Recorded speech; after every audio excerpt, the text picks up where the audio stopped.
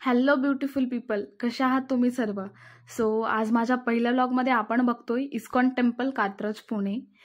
आता आपण मंदिरामध्ये एंटर होऊया. मंदिरामध्ये एंटर झाल्याबरोबर तुम्हाला दिसेल श्री प्रभुपाद यांची मूर्ती, जी श्रीकृष्णांकडे मुख करून आहे. अतिशय सुंदर आणि अतिशय मनमोहक अशी मूर्ती आहे ही, बघू शकता तुम्ही. इथलचं वातावरण आज खूपच सुंदर आहे. आणि आता आपण दर्शनांगीकडे जाऊया. दर्शनांगीकडे जाताना खूप गर्दी दिसतोय, कारण आज संडे असल्यामुळे त्याचं वातावरण खूप गजबजलंय.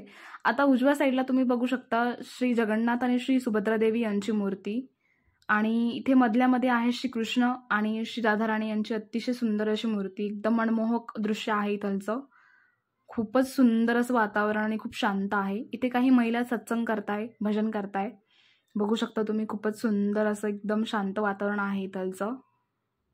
आणि आज संडे असल्यामुळे खूपच गजबजलेलं वातावरण आहे इथलचं. आणि आता आपण वळतोय प्रति बालाजी मंदिराकडे, जे इस्कॉन टेम्पलच्या एकदम बॅक साईडला आहे. चला आपण आता दर्शनासाठी जाऊया.